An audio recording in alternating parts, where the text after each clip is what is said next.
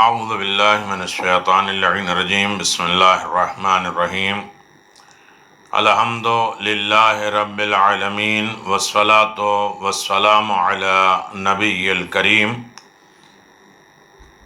وعلی آلہ الطیبین الطاہرین المعصومین المنتجبین ولعنۃ اللہ علی اعدائہم من الآن الی قیام یوم الدین آمین یا رب العالمین۔ بسم اللہ الرحمن الرحیم ان اللہ وملائکتہ یصلون علی النبی یا ایہا الذین آمنوا صلوا علیہ وسلموا تسلیما الذین یؤذون اللہ ورسولہ لعنهم اللہ فی الدنیا والآخرہ وأعد لهم عذابا مہینا۔ صدق اللہ العلی العظیم وصدق رسولہ النبی الکریم۔ اما بعد فقد قال اللہ تبارک و تعالی فی قرآن مجید بسم اللہ الرحمن الرحیم قل هو اللہ احد اللہ الصمد لم یلد ولم یولد ولم یکن له کفوا احد۔ صدق اللہ العلی العظیم وصدق رسولہ النبی الکریم۔ سامعین گرامی قدر، ناظرین محترم، دین کی جڑیں اور شاخوں، اصول و فروع کے ضمن میں بات چل رہی ہے عدالت الہی، عدالت کے بعد اس کے نتائج اور اس کے اثرات۔ آپ حضرات کی خدمت میں مختصر گفتگو پیش کی ہے۔ سننے والے افراد اس کی جامعیت اور اس کی گہرائی کی طرف خود بخود جائیں گے اور غور و فکر کریں کہ اللہ عادل ہے اور یہ اصولی مسئلہ ہے، فطرتی مسئلہ ہے۔ عادل اس نے جتنے قانون بنائے سب عادل، اور نظام عالم جو چل رہا ہے، زندگی دنیا جو چل رہی ہے، وہ بھی عدالت کی بنیاد پر۔ عدالت الہیہ، عدالت کا مفہوم، مطلب، مقصد، معنی، وضع الشیء فی محلہ، عدالت اور ظلم کے معین کے لیے محل کا تعین کرنا، کہاں عدالت اور کہاں ظلم ہے، ان تمام چیزوں کا معین کرنا، یہ ہے عدالت۔ محل اور مقام کا معین انسان کے اختیار میں ہوگا تو ہر شخص اپنے اقدام، اپنے قدم، اپنے عمل کو برمحل قرار دے گا۔ اگر انسان کے حوالے کر دیا جائے مقام، محل کو، تو وہ اپنے اعتبار سے مقام اور محل کو جانے گا اور محل کا تعین کرے گا۔ محل کا واقعی تعین وہی کر سکتا ہے، مقام کا صحیح معین وہی کر سکتا ہے جو کائنات کا خالق اور مالک ہو۔ لہذا عدالت کا صحیح فیصلہ پروردگار کے علاوہ کوئی نہیں کر سکتا۔ بندوں کے حوالے کریں گے تو محل اور مقام کو صحیح طریقے سے درست نہیں کر پائیں گے، اور کائنات کا خالق اور مالک اگر عدالت کے طریقے سے مانے گئے تو ہر فیصلہ اس کا عدالت کی بنیاد پر ہوگا۔ پروردگار کے علاوہ ایسی عدالت کوئی بھی نہیں کر سکتا۔ مقام اور محل اور جگہ اور وقت اور حالات کو معین میں افعال کو بھی دیکھنا ہے، کام کو بھی دیکھنا ہے، شخصیات کو بھی دیکھنا ہے۔ کام میں ہر عمل برمحل ہے، موقع کے اعتبار سے ہے۔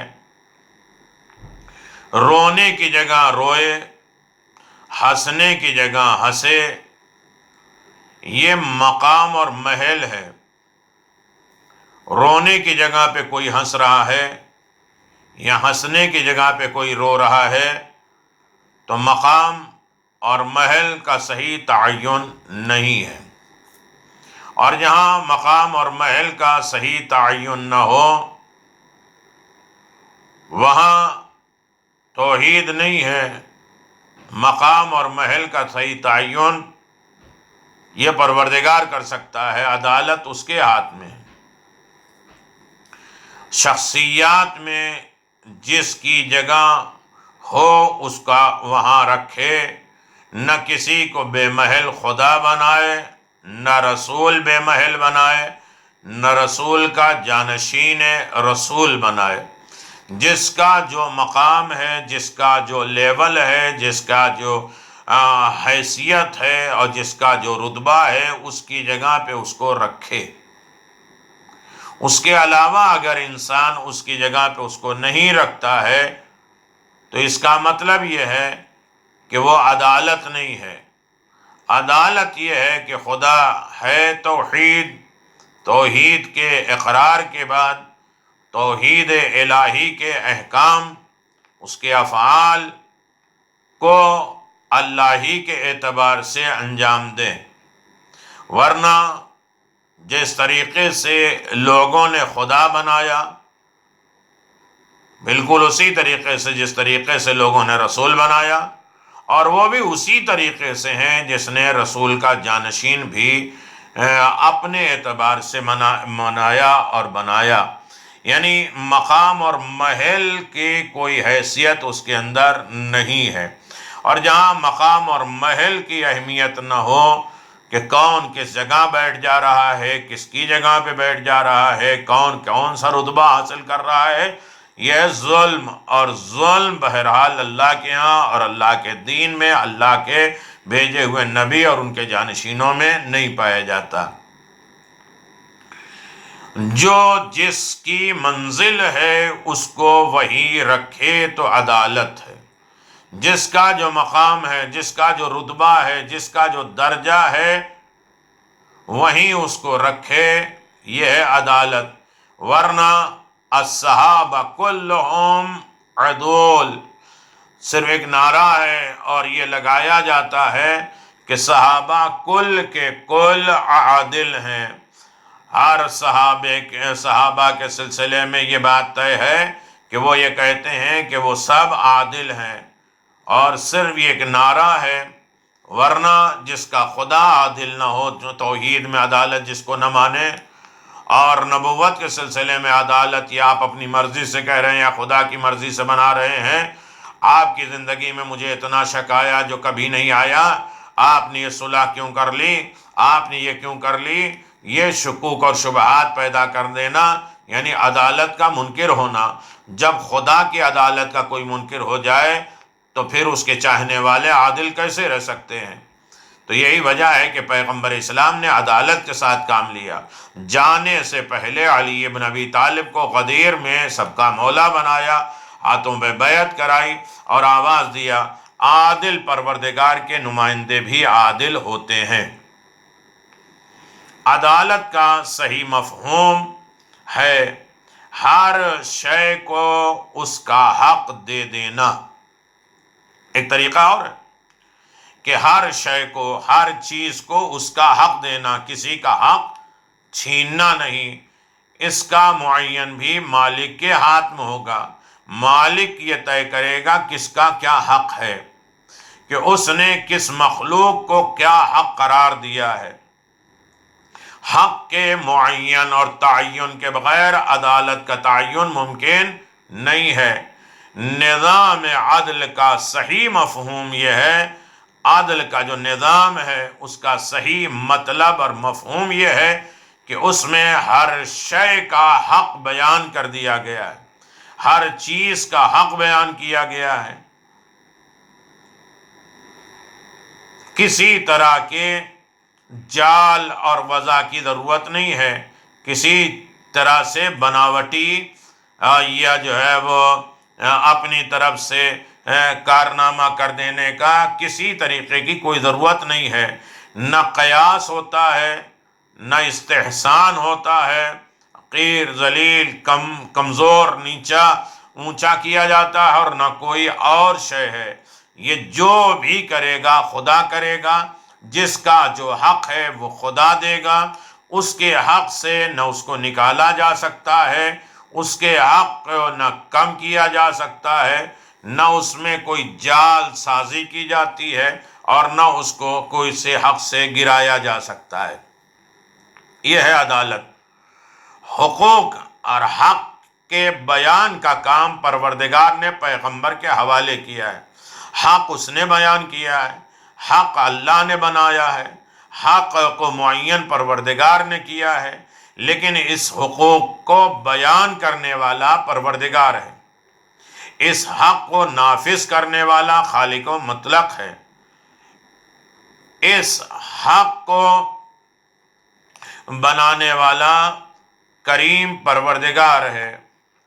حقوق کے بیان کا کام پروردگار نے پیغمبر کے حوالے کیا ہے، اور تمام جزئیات کا بیان، تمام حصے، تمام پارٹ، تمام جز کا بیان ممکن نہ تھا، تو پیغمبر اسلام نے فَهَذَا عَلِيٌّ مولا کہہ کے حق اس نے بنایا، قانون اس نے بنایا، پیغمبر کو بیان کرنے کا حق دیا، اور وہ اتنے قانون ہیں کہ وہ بیان نہیں کر سکتے، نہ اسے بچایا جا سکتا ہے، لہذا پیغمبر نے اپنے بعد جانشین بنائے تاکہ اس قانون کو نافذ بھی کیا جائے، اسے بچایا جائے اور اسے پہنچایا جائے، خدا پہچنوایا بھی جائے، منوایا جائے۔ پہچنوانے کے لیے علم چاہیے، منوانے کے لیے جسم چاہیے۔ پیغمبر اسلام نے ایسے کو معین کیا، عدالت کو رائج اور قانون کو نافذ کرنے والا اور حق کو پہچاننے والا اور پہنچانے والا، کہ جس کے پاس علم بھی ہے اور جس میں طاقت بھی ہے۔ اور من کنت مولا فہذا علی مولا، یہ کہہ کر کام علی کے حوالے کر دیا۔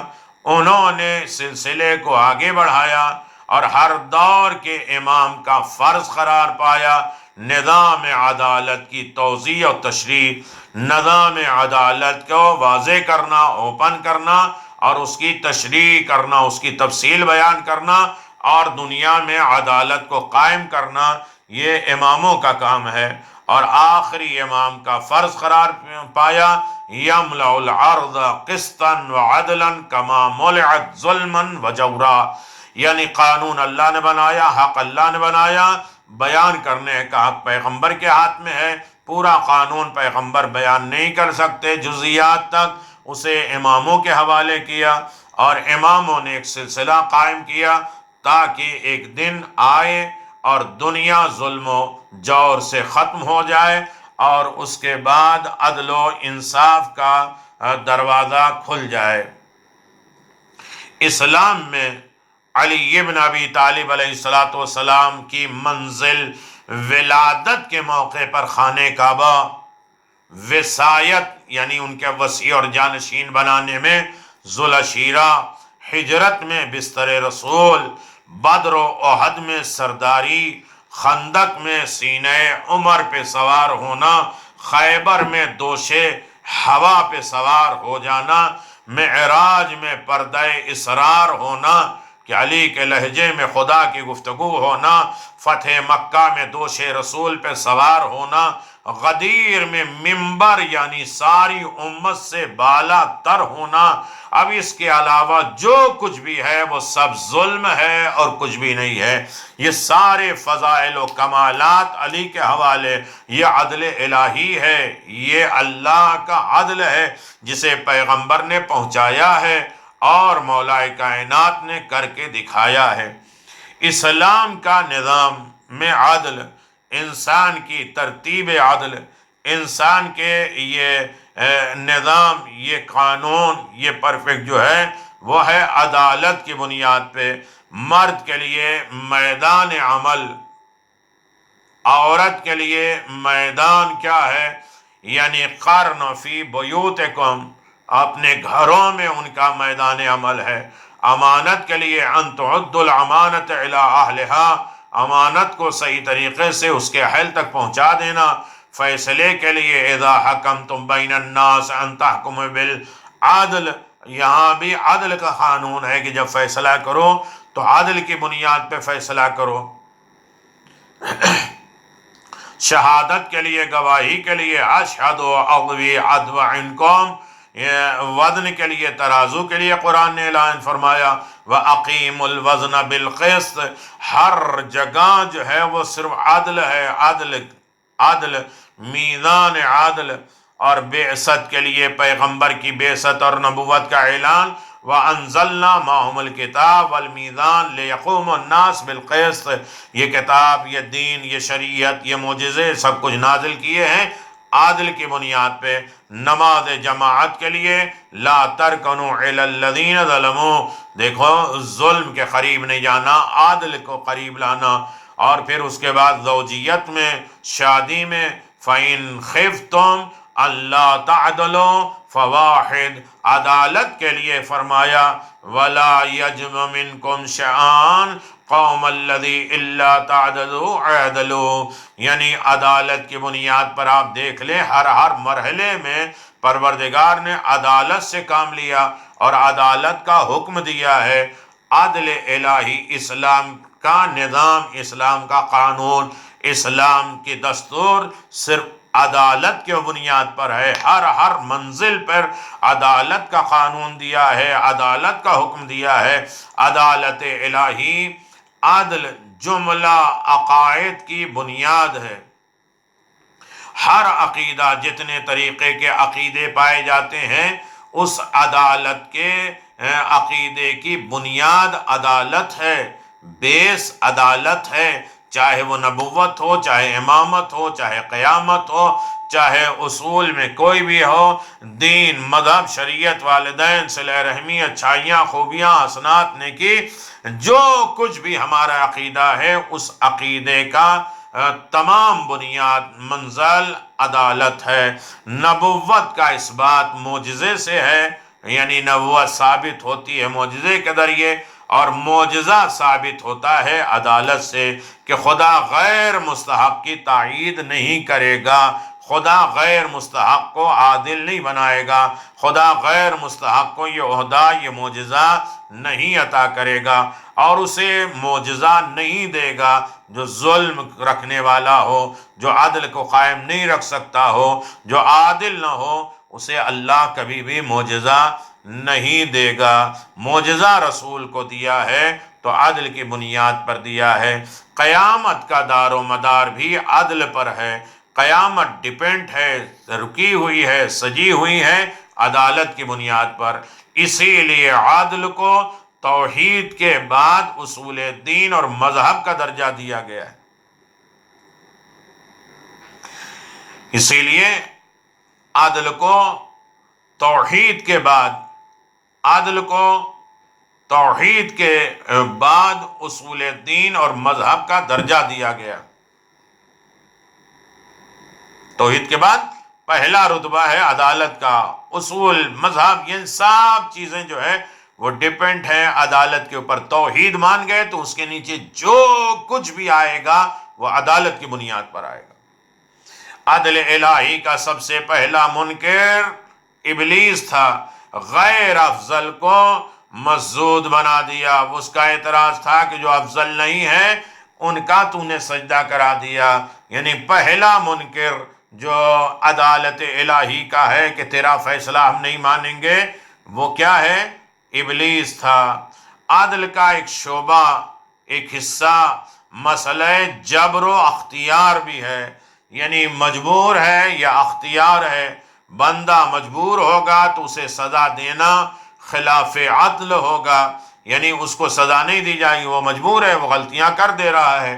لہذا جبر کا عقیدہ ظالموں کی ایجاد ہے تاکہ اپنے عیوب کی ذمہ داری پروردگار پہ ڈال کر قوم کو خاموش کر سکیں کہ ہماری غلطی نہیں، یہ تو حکم الہی ہے، یہ تو اللہ ہی چاہتا ہے، اللہ کے ہاتھ میں ہے۔ یہ اپنی تمام خرابیاں، نقص و عیب کو مٹانے کے لیے انہوں نے ایسا کارنامہ انجام دیا ہے تاکہ قوم خاموش رہ جائے اور اپنی برائیاں معاذ اللہ خدا کے اوپر ڈال دیں۔ امت نے اپنے تحفظ کے لیے، امت نے اپنی حفاظت کے لیے خدا کو قربان کر دیا، خدا کے اوپر سارے بلیم، سارے الزامات لگوا دیے۔ آل محمد نے عظمت الہی کے تحفظ کے لیے اپنے کو قربان کیا ہے۔ آل محمد نے عظمت الہی کے بچانے کے لیے اپنے آپ کو قربان کر دیا، امت نے اپنے کو بچانے کے لیے خدا کو قربان کر دیا۔ دونوں میں بڑا فرق ہے۔ آل محمد نے جو کچھ بھی کیا ہے وہ عدل الہی کی بنیاد پہ کیا، حکم پروردگار کی بنیاد پہ کیا ہے، لیکن دنیا والوں نے اپنے آپ کو برائیاں کا مرکز بنا کر سارا الزام، سارا بلیم خداوند عالم کی ذات پہ ڈال دیا، اور ڈالنے کے بعد یہ دعویٰ کر دیا کہ جو بھی غلطیاں اور کوتاہیاں کرتا ہے وہ خدا کرتا ہے، بندہ نہیں کرتا۔ آل محمد نے مشکلات، پریشانیاں، دشواریاں سب کچھ برداشت کیا ہے، عدل الہی کو دنیا کے سامنے رائج کرنے کے لیے خود اپنے آپ کو قربان کر دیا، عدالت کو باقی رکھا۔ جبر اختیار کا صحیح فیصلہ امام موسیٰ کاظم علیہ السلام نے بچپنے میں ابو حنیفہ سے گفتگو کے درمیان کیا، یعنی جبر کیا ہے، مجبور ہے یا اختیار ہے، اس کا فیصلہ ہمارے ساتویں امام نے ابو حنیفہ سے بات کرتے ہوئے کیا ہے کہ معصیت کا دار و مدار، برائی کا دار و مدار، غلطیوں کا دار و مدار تو بندوں پر عذاب کیوں نہیں ہے؟ اگر خدا ہے معصیت کا تو بندوں پر عذاب کیوں؟ اور اگر بندہ اور معبود دونوں ہیں تو عذاب میں دونوں حصے دار ہوں معاذ اللہ۔ اور جب ایسا نہیں ہے تو بندہ ذمہ دار ہے، وہ پوری اچھائیوں کا اور پوری خرابیوں کا، اور وہی فاعل مختار ہے، بندہ ہی سارا کام کرتا ہے۔ برائیاں میں اللہ نہ حصے دار ہے، نہ برائیاں اللہ کی طرف سے ہوتی ہے، انسان کو فاعل مختار بنایا ہے۔ اور اس کے بعد ہے عدل الہی کے انکار کی دلیل یہ ہے، جو لوگ عدل الہی کا انکار کرتے ہیں وہ یہ کہتے ہیں یفعل ما یشاء یحکم ما یرید، جو چاہتا ہے کرتا ہے، اسے قانون عدالت کا پابند نہیں بنایا جا سکتا، یعنی قانون عدالت کا پابند انسان نہیں ہو سکتا، جو وہ چاہتا ہے وہی کرتا ہے۔ یہ عدل الہی کے انکار کی دلیل ہے۔ لیکن اصل مسئلہ یہ ہے کہ وہ غیر صحیح کا ارادہ بھی کرتا ہے یا نہیں۔ مسئلہ یہ ہے کہ صحیح بات تو خدا کی طرف سے ہوتی ہے، غیر صحیح کا ارادہ بھی نہیں کرتا پروردگار۔ جب اس کے چاہنے والے نہیں ارادہ کرتے، تم وہی چاہتے ہو جو خدا چاہتا ہے، وَمَا تَشَاءُونَ إِلَّا أَن يَشَاءَ، تمہارا ارادہ بھی پروردگار، تو اللہ غیر صحیح کا کبھی ارادہ نہیں کرتا، جو صحیح ہے وہی حکم ہے، وہی عدل ہے۔ ظلم کے دو ہی اسباب ہیں۔ ظلم کیوں ہوتا ہے؟ دو ہی وجہ سے ہوتا ہے۔ ایک ہے جہالت، نہیں معلوم ہونے کے اعتبار سے انسان ظلم کرتا ہے، یا احتیاج ہوتا ہے، ضرورت ہوتی ہے تو ظلم کرتا ہے۔ پروردگار دونوں سے پاک و پاکیزہ ہے۔ اللہ نہ جاہل ہے نہ ضرورت مند ہے، وہ بے نیاز ہے، صمد ہے، اسے کسی کی چیز کی ضرورت نہیں ہے، تو پروردگار دونوں سے پاک و پاکیزہ ہے، لہذا اس کے یہاں ظلم کا کوئی امکان نہیں ہے، اس کے اندر ظلم کہیں پایا ہی نہیں جاتا، وہ ہر طریقے کے ظلم سے پاک ہے، نہ اس کے اندر جہالت پائی جاتی ہے نہ احتیاج اور ضرورت پائی جاتی ہے۔ یہی دو چیزیں ہیں جو ظلم کرتی ہیں، ظلم کرواتی ہیں۔ نمرود نے اپنی خدائی ثابت کرنے کے لیے ایک بے گناہ قیدی کو قتل کر دیا کہ گویا زندہ کو مردہ بنا دیا، اور یہ دلیل الوہیت، اپنے خالق ہونے کو دلیل بنا دیا، ثابت کیا، جبکہ بے گناہ کو قتل کرنا ظلم ہے، یہ بھی ایک ظلم ہے۔ تم اپنی خدائی کو ثابت کر رہے ہو تو ایک طریقے کا ظلم کر کے، کسی بے گناہ کو قتل کر کے، اور یہ دلیل ہے کہ باطل خدائی ظلم سے چلتی ہے، تو اب خدائے برحق کے بارے میں عدل کا عقیدہ عظیم ترین واجب میں ہوگا، اس لیے کہ غیر خدا، باطل خدا اپنی خدائی کو ثابت کرنے کے لیے ظلم کا سہارا لیتا ہے، اور اصل برحق خدا ہے جو عادل ہے اور عدل ہی کو دنیا کے سامنے رائج کرتا ہے اور عدل ہی کو باقی رکھتا ہے۔ جب خدا عادل ہے، پروردگار عادل ہے، تو اس کا نمائندہ بھی عادل ہی ہوگا۔ یہ کامن سینس ہے کہ اللہ کی طرف سے جتنے بھی آئیں گے سب عادل ہوں گے۔ جب وہ پروردگار عادل ہے تو اس کا نظام بھی عدل کی بنیاد پر ہوگا، اس کے سارے قوانین عدل کی بنیاد پہ ہوں گے، اور اس کی طرف سے عدل ہی عدل ہوگا، اور اس کے جتنے بھی نمائندے ہوں گے وہ عدل قائم کرنے والے ہوں گے۔ یہ بات طے ہے۔ تو ہر محاذ پر، ہر میدان زندگی پر انصاف نہ کر سکے وہ نہ رسول ہو سکتا ہے نہ امام ہو سکتا ہے۔ رسول اور امام کے لیے ضروری ہے کہ وہ عدل قائم کریں، عدل کے راستے پر ہیں، کیونکہ وہ پروردگار عادل کی طرف سے آئے ہیں۔ اور اگر انسان کی زندگی میں کسی بھی موڑ پر، اپنے کسی بھی مرکز پر وہ غیر خدا کا مطیع فرما بردار رہا ہو، وہ ظلم کا شکار رہا ہو، وہ بت پرست رہا ہو، وہ دوسری چیزوں کے غیر خدا کی پرستش کر رہا ہو، یا اور بندگان خدا پہ ظلم کر رہا ہو، گھروں میں ظلم کر رہا ہے، مال جائیداد لوٹنے میں، تخت و تاج لینے میں، عہدہ لوٹنے میں ظلم کر رہا ہے، تو نہ وہ رسول ہو سکتا ہے اور نہ امام ہو سکتا ہے۔ اللہ عادل ہے تو اس کے بھیجے ہوئے بندے بھی عادل ہی عادل ہیں، اور اس کے ہاں ظلم کسی طریقے سے نہیں پائے جاتا۔ قرآن مجید میں ظلم کے مصادیق میں شرک ہے۔ ظلم کسے کہتے ہیں؟ جسے شرک، ذرہ برابر شرک ایسا ظلم عظیم ہے جسے اللہ کبھی بھی معاف نہیں کرے گا۔ قرآن مجید میں ظلم کے مصدر، ظلم کہاں سے ہوتا ہے؟ شرک کی بنیاد پر، حدود الہی سے تجاوز کرنا، اللہ کے حد سے، اللہ کے حدود سے، اللہ کے قانون سے، اللہ کے احکام سے آگے بڑھ جانا، تجاوز کر لینا، یہی ظلم ہے اور شرک ہے۔ کفر اختیار کرنا یہ بھی شرک ہے۔ قانون خدا کے خلاف فیصلہ کرنا یہ شرک ہے، ظلم ہے۔ آیات الہی کا انکار کرنا یہ ظلم ہے، اور گناہ کر کے توبہ نہ کرنا یہ ظلم ہے۔ مسجدوں کی آبادی سے روکنا، مسجدوں میں نہ جانے دینا یہ ظلم ہے۔ گواہی کو چھپا دینا یہ ظلم ہے۔ آیات خدا سے منہ موڑنا یہ ظلم ہے۔ یہ جیسے اعمال شامل ہیں انہی کی روشنی میں پوری تاریخ اسلام کے ظلم کا فیصلہ کیا جا سکتا ہے۔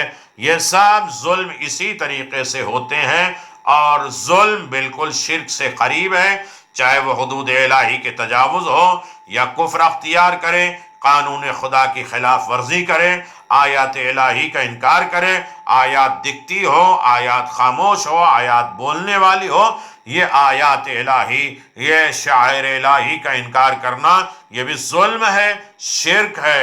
اور گناہ کر کے توبہ نہ کرنا یہ اکڑ ہے، اکڑ، تکبر، یہ شرک ہے اور ظلم ہے۔ مسجدوں کی آبادی سے روک لینا اور نہیں آباد کر دینا اور نہیں جانے دینا یہ بھی ظلم ہے۔ گواہی کو چھپانا یہ ظلم ہے۔ آیات خدا سے اعراض کرنا، اللہ کے آیات سے منہ موڑنا یہ بھی ایک طریقے کا ظلم ہے، اور ظلم پروردگار کی طرف سے نہیں ہوتا ہے۔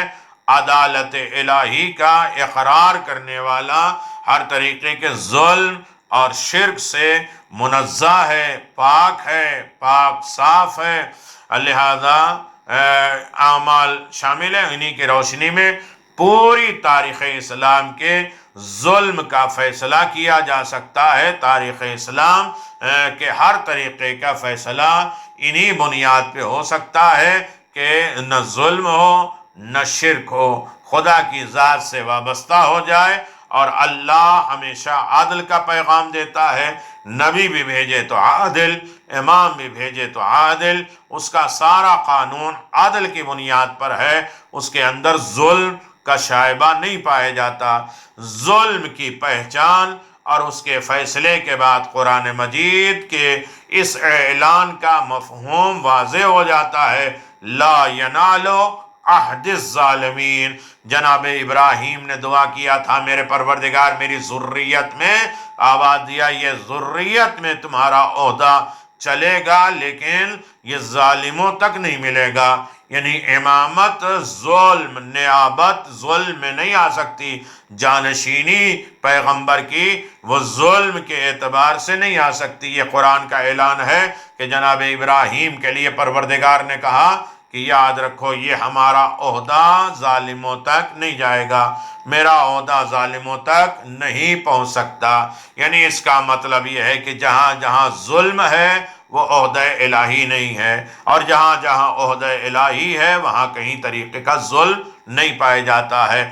عادل پروردگار ہے، اس نے عدل کو پیدا کیا ہے، عدل کو رائج کیا ہے، عدل کو بھیجا ہے، عدل کا قانون ہے، عدل کا دستور ہے، عدل کا پیغام ہے، عدل ہی عدل باقی رہے گا، اور عدل میں کوئی کسی طریقے کی رکاوٹ نہیں ہوگی، کوئی کسی طریقے سے خرابی نہیں ہوگی۔ لہذا جو لوگ عدل کے قائل ہیں، عدل کے ماننے والے ہیں، اس بات کا دھیان رکھیں کہ میرا خالق عادل ہے، اس کا سارا قانون عدل کی بنیاد، اس نے جو نبی اور امام بھیجے وہ بھی عادل ہیں اور ان کے سارے قانون عدل کی بنیاد پر ہے۔